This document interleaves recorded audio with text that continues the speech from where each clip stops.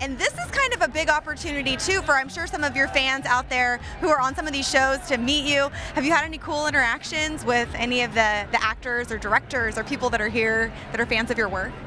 Well, I've been hanging around at the hotel with and a number of our cast members have been there. Peter Dinklage and Sibelka Kelly, and I've seen Lena Headey just here on the red carpet. So that's always cool. Shooting the show usually takes place in more remote locations, right?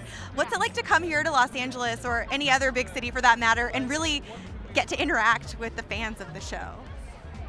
I mean, for me, it's for like little German girl, it's like a big world here. Really, it's huge. I think for anyone.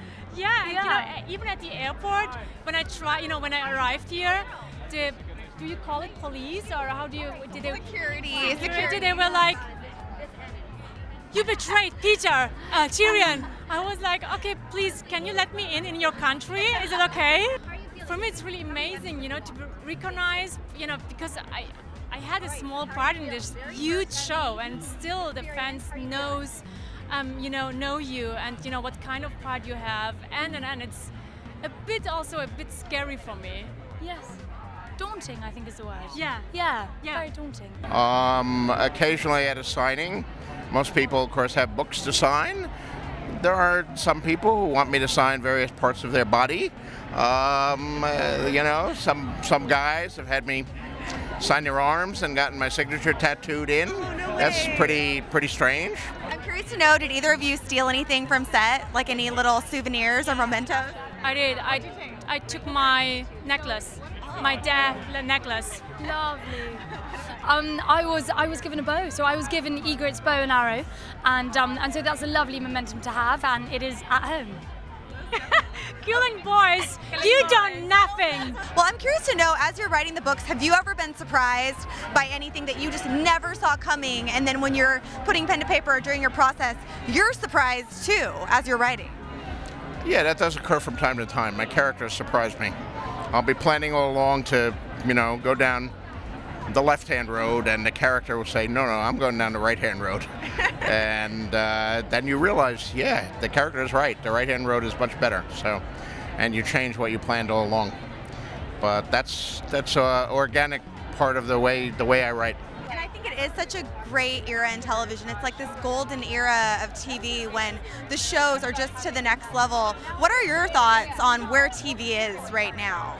I think it's absolutely groundbreaking right now, simply because you're so right, there's an intelligence behind television shows right now. It's not as simple as good cop kills bad cop, the end. It literally, it goes to new depths, it goes to new level, and I think the writing is particularly strong in television right now, and it's becoming cinematic. It is the golden age of television, probably even more so than the original golden age back in the 50s. There have never been so many people making so many different quality shows. Yeah, and it's the border between, there is no border anymore between television and cinema. Yeah. For example, there were some borders that you couldn't imagine, that some actors going back from the cinema to the television, and now it's like, I don't know, Michael Douglas. Yeah, Michael Douglas did a movie with Matt Damon for HBO.